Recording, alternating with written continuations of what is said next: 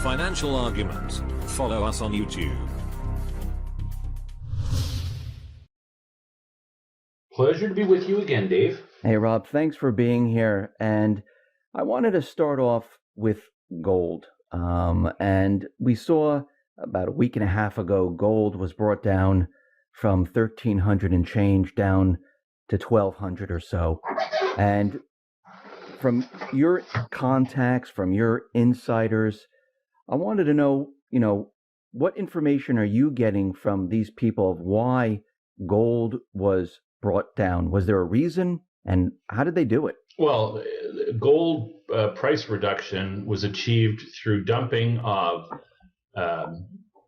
futures contracts on the COMEX exchange. Notice that these takedowns in the gold price typically happen during New York trading hours, and the COMEX tends to be one of the preferred venues to achieve such things. And when you see the equivalent of, say, 1,000 metric tons of gold in paper form in futures contracts being dumped on the market in a very, very, very, very short period of time, in a matter of maybe hours or over even at most a 24-hour period,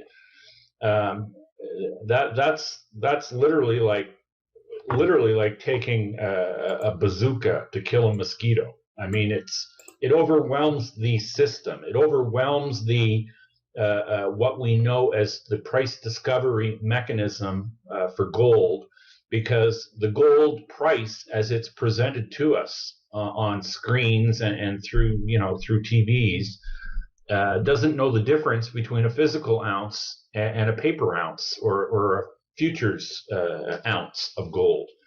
And so this way and when we talk about, also just to be completely clear here, when we talk about 1,000 metric tons of paper contract gold being sold in this extremely short period of time, bear in mind that the world mine production for a year is somewhere in the neighborhood of 3,000 metric tons. So when you have futures contracts representing a third of global output being dumped on the market at once, it overwhelms the system. The price discovery mechanism, which I would argue is not even price discovery, and it also shows very clearly that the people doing the selling, or the entity doing the selling, is not trying to get the best price for their product. It has all the earmarks of being, as opposed to trying to maximize the price for the good that they're selling, it's like they're trying to achieve a breakdown in the pricing mechanism. And when you think about, if you want to just think in terms of economics 101, for anybody who maybe studied economics, because a lot of people have at some point in their academic lives, we're taught the basic tenets of supply and demand is that, people are always trying to achieve the best price they can for their output or for the goods that they're selling. And what we see repeatedly in the precious metals market is, activity that would suggest exactly the opposite. It's sort of like, it's being telegraphed that they're trying to get the least possible they can for what they're selling. And that's what identifies this activity as being fraudulent and being politically motivated, as opposed, if it's not profit motivated, it's got to be politically motivated. Anyway, I hope that serves as somewhat of an explanation. From your contacts, when prices are brought down, by $50, by $100 per ounce, do you see central banks or countries or investors just gobbling up the gold? Yeah. Oh, yeah. Well, you see, when the price is attacked like this, it isn't really because people have liquidated physical positions. these price takedowns are achieved by selling imaginary, yet to be mined or gold that does not exist. And it's just that the price discovery mechanism can't tell the difference between a physical ounce and a paper ounce. But I mean, what we see every time there is a takedown, Dave, is like for people in America and up here in Canada too, we see typically we see record sales volumes on gold eagles, silver eagles, in Canada, gold maples, silver maples. And every time they smash the price, these things become, let's just say, less available, and it causes a lineup of people saying, "I would love to have some at the new reduced price." And what it typically does is it creates waiting time. Often when the prices are attacked the way they have been recently. The wait times for getting metal tend to get lengthened. So as opposed to being able to go to a dealer in precious metal and do cash and carry for a big box of coins, you might have to pay today and get them in 2 or 3 weeks when demand surges. And typically the demand surges when we have these price breakdowns. Rob, I wanted to transition over to what is happening in Europe with Deutsche Bank, the Italian banks. Right now, I mean, we see what is happening where Deutsche Bank is in trouble. Do you think the central bankers are right now, are they in crisis mode? I believe they are, but I would suggest this with regard to Deutsche Bank. Mm-hmm. The difference between Deutsche Bank and, say, JP Morgan Chase is, in my view, who they report to. Deutsche Bank reports to the ultimate reporting authority in Germany is an organization called BaFin, and BaFin is extremely independent, vigorously so, and these people enforce probity in their banking system. That's the mission that they're charged with, to make sure there's no hokey pokey going on. The American banking, systemically dangerous institutions like the Morgans, the Citis, the B of A's, the Goldmans, and the Morgan Stanleys. These are institutions that ultimately report to the Federal Reserve. And these are the institutions that are chosen to, let's just say, enforce or perpetuate the US dollar as the world's reserve currency.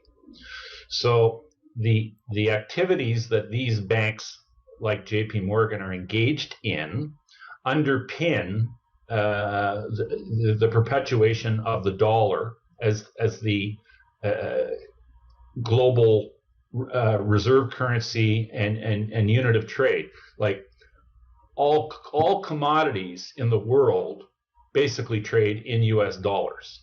Oil trades in US dollars, the lumber trades in US dollars, grain trades in US dollars, and we live in a US dollar centric system, or have up until very recently, when a lot of bilateral trade agreements have been struck between the Chinese, the Indians, the Russians, the Brazilians, where they are making arrangements and are building facilities where they can transact directly in their currencies as opposed to the dollar.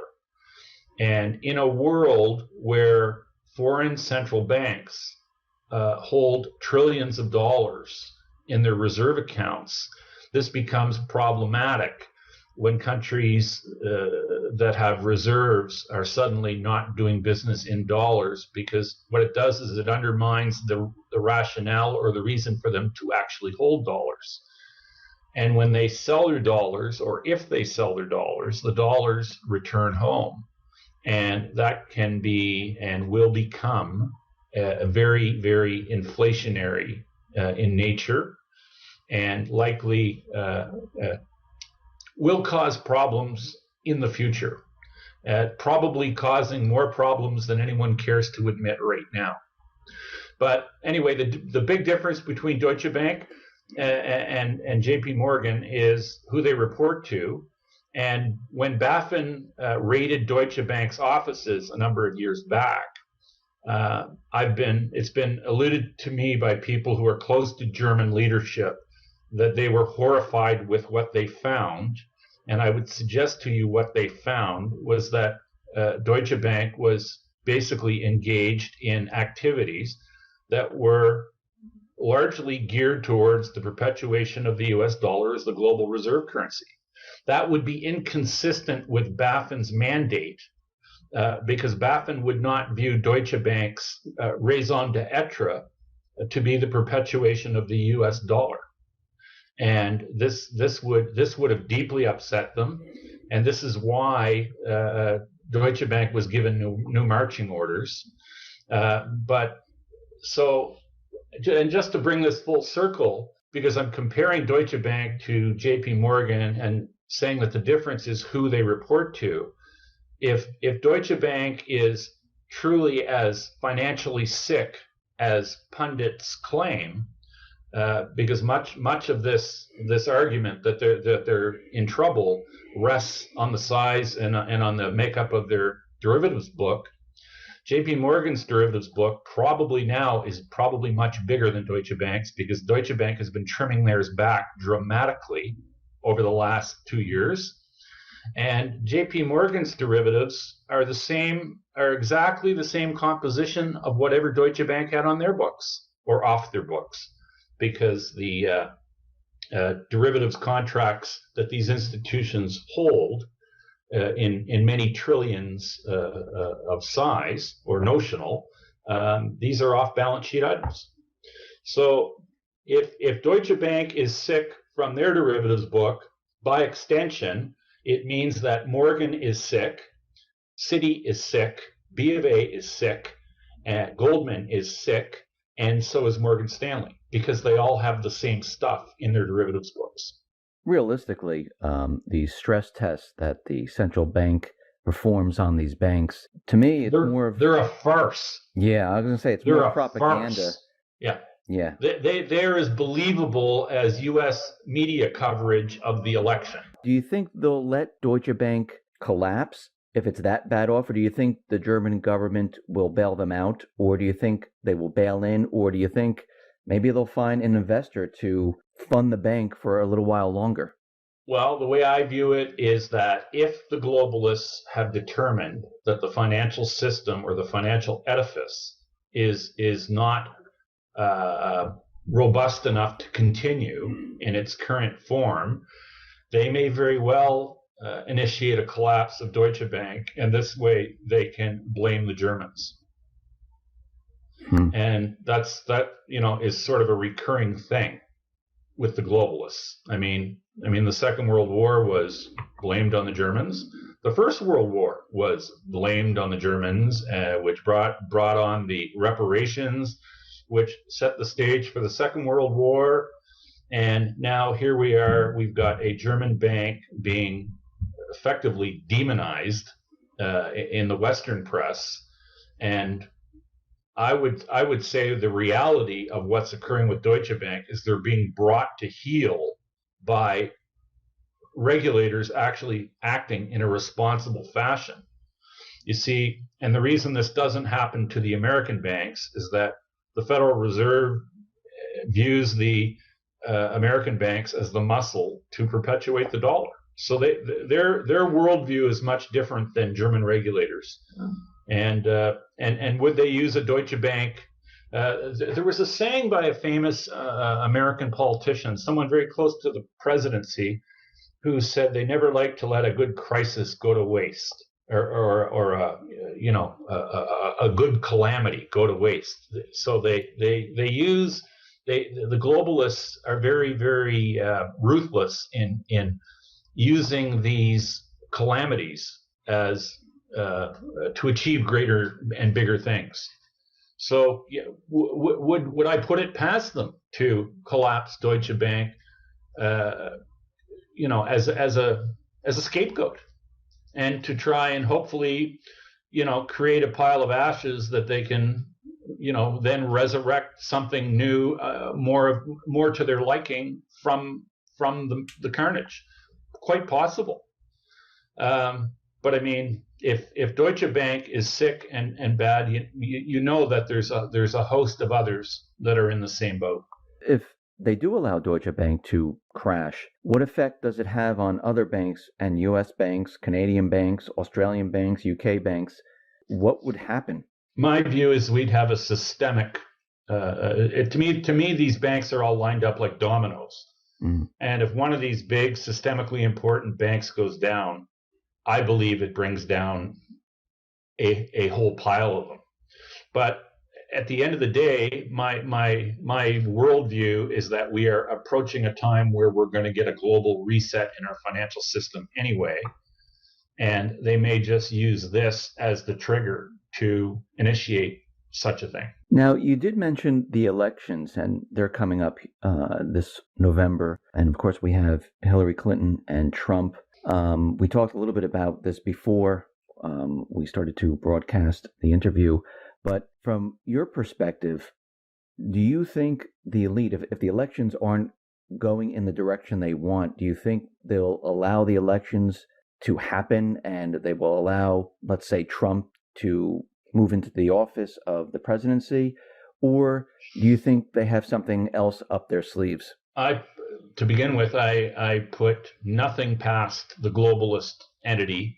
The election in America, in a nutshell, to me, is a referendum on globalism, whether Americans are going to stand for being run by globalists, or whether America is going to stand for, its own nationalist self-interest. To me, that's what the election boils down to, with Hillary Clinton being the globalist candidate and Trump being the patriot and the nationalist candidate, and that's leaving their policies and their and the sex crap behind. It boils down to globalism versus nationalism. The globalists are ruthlessly eugenics oriented, and have stated over the past 4 or 5 decades their desire to have the global population reduced dramatically. They are anti-human, and for that reason, I side with the nationalist candidate, and I don't know how good a president he'd be at all, but I'll take nationalism over globalism any day. So whether or not the globalists will allow Trump to actually ascend to the presidency should he win, let's just say there's a growing sentiment amongst people that I talk to who are engaged in commentating on financial issues, geopolitical issues. I would say there's a growing consensus that the globalists will likely, we say, flip the tables over before there would be allowed to be an election result where Trump would win. So I think we're in for a very, very, very interesting, possibly diabolically interesting next 3 weeks in the run-up to the actual election day in America. Personally, I think there's very good chance we might see something happen that would allow the Democratic President Obama to possibly suspend or cancel the election. And whether that would be initiated through the starting of a war, a hot war with Russia, or whether that could involve an assassination of a political candidate. These are things that I think are all on the menu by the globalists, because these people they're lecherous. They are lecherous, dangerous people, and they are probably the worst threat humanity has ever experienced in recorded history. And these people will stop at nothing to achieve their means, and they are very, very dangerous. And I put nothing past them at all. So I think we're in for an extremely interesting next 3 weeks. It's an amazing time to be alive with what is going on in our space. It really feels like we have a perfect storm heading our way. I mean, we have the elections coming up. We have the economy deteriorating, not just in the United States, but throughout the world. All the private Western Central Bank countries, they're deteriorating very, very quickly. We have DHS making sure that nothing happens to the election system. And then we have word that Obama is going to instruct the CIA to pick out targets in Russia to cyber attack. From your viewpoint, where do you think we are headed with that? If there is some type of cyber attack where the United States attacks Russia, what do you think Russia's next move would be? My belief to begin with is that polls that are being announced or that are being reported in the mainstream or dinosaur press in America have been severely skewed in a manner. To give an example, if a poll is being conducted where they, let's just say, if there's a CNN poll where they're going to call 1,000 people to get their opinions on who's going to win the election, what's been occurring, and it's been documented, that they would, for instance, phone 600 known Democrat supporters to 400, let's just say, random people who may be Republican, Democrat, or other. And then on the basis of them doing that 1,000 person poll or sample, they'll make a pronouncement that, Hillary's ahead by 10 points. Well, if you phone known Democrats to get your poll results, you're going to have a Democrat in the lead of any such poll. This is what's being done, and it's a travesty. It's purposeful disinformation on the part of all the mainstream outlets in America, who are completely in the tank for the Democratic candidate Hillary Clinton, and it's completely the opposite to what the fiduciary duty of a supposed free press. Supposed free press is charged with in a democratic society is charged with doing honest investigative journalism and reporting real news. But what we're being fed is so ridiculously biased, and they're so clearly in the tank for the Democrats that that's a complete and utter joke. So, we're not being fed good information. The reason for this is the media is completely owned by the globalists, and I mean that is literally the result of 4 or 5 major corporations owning the media, and the concentration of media in such few hands. It becomes a very easy job for globalist-minded entities to, have their way with them, through bribes, threats, or otherwise. And this is what we're seeing, and it's very, very sad and quite disturbing to see this. And whether these people are going to ever allow Trump to win the day, I don't see it happening. If I was a globalist, I would do whatever was required to make sure that result didn't happen. And I think what we're likely to see in the next 3 weeks will be earth shaking and earth moving, and likely alters the course of humanity in a very, very substantial way. Are you talking about war? Yes, I'm talking about war. I'm talking about quite possibly the suspension of the Constitution in America, martial law, or maybe a big nuclear war that makes all of this moot. Now, why would they do this? Why would they push war? I mean, they know if we move towards war and we actually have war and we end up with nuclear war, they know that, people are going to die. And, there's going to be a lot of damage. There's going to be people starving to death. It's not going to be a good situation for anybody. Why would they want war? To begin with, globalists are very, very, very sick sociopaths. And they're, like I said earlier, their goal is to have dramatic population reduction on the planet. And these globalists are literally so sick that they believe a nuclear war is winnable. And you see, because they have their bunkers, and they feel that they can have a nuclear war and win somehow, and emerge from their bunkers after they've irradiated the world and emerge and declare victory.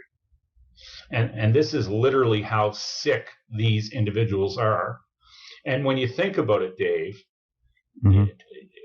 when you look at who the horse that they're running in this race for the presidency, they're effectively, I like to refer to it as, Hillary is clearly a very, very sick, ill person. She is not with it. Whether she has whatever kind of neurological shortcoming she has. I've watched the video of her doing a face plant. Like she literally can't. I mean, Dave, who takes 20 days off, 28 days before a national election in America? I mean, after the last debate, her campaign said that she's going to be basically in hiding for the next 20 days. I mean, it's unbelievable. It's without precedent. It's never occurred before. And I mean, she has one foot in the glue factory already. This is a person who is not well. I mean, just for her, from the standpoint of her own health, why are they running this person? This person is not fit to take office, and just physically isn't up to the challenge. And anyway, it's beyond rational thought why this is occurring, other than you're dealing with a very, very big pile of sick puppies. And I don't know what else to say. It's shameful. It's beyond shameful.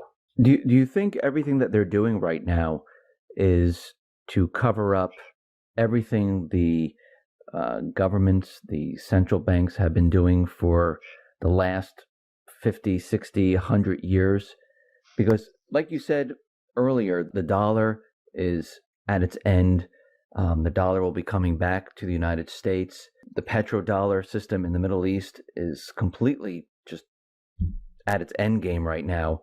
And what we're seeing is that everything is just starting to deteriorate, crumble, and it looks like the only alternative they have to cover up everything that they've done is to have war. And especially if they don't get their candidate into the White House, they're like pretty much done. Well, I mean, it was the last debate where Trump basically gave Hillary, the walking directions of what's going to occur if and when he becomes president. He said, you're going to be investigated and you're going to jail. So, Hillary's all in because she has to be. So from a Hillary, from a very sick individual's perspective, she's done no matter what happens. She's done if they have, or you can say humanity's done if we have a war, but she doesn't care because she's done if she loses. So when people are in a position, especially people who are in positions of extreme power, and they're confronted with a no-win situation, they might behave in a way that wouldn't be very responsible. And that's, we're seeing we're seeing the groundwork being laid for these people to conduct and act in very irresponsible ways. And, hopefully the good people in the U.S. military won't allow these sick individuals to, bring about the undoing of mankind. From everything that you've been looking at, what would you give the time frame of when all of this would happen, when the economy would completely collapse, war would happen? Where, in what time frame do you think that all this is going to happen? I mean, I would expect we could see some absolutely crazy things prior to the election, and if there's an election, some absolutely crazy things could follow from it. So, let's just say the next month or month and a half or 2 months is going to be a very, very, very interesting period of time to be alive. And hopefully we remain alive. I hope so, yes. Hey, Rob, thank you very much for being on the X22 Report Spotlight. Once again, how can people see your work? You can find me on the web at kirbyanalytics.com. Rob, once again, thank you very much for being on the Spotlight. I appreciate it. Pleasure being with you, Dave.